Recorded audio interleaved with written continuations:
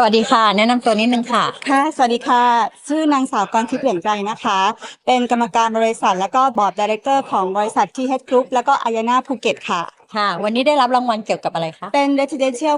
condominium ค่ะรบกวนแนะนำโครงการนิดนึงค่ะค่ะโครงการนะคะชื่อ Ayana Heights Sea View Residence ค่ะตั้งอยู่ที่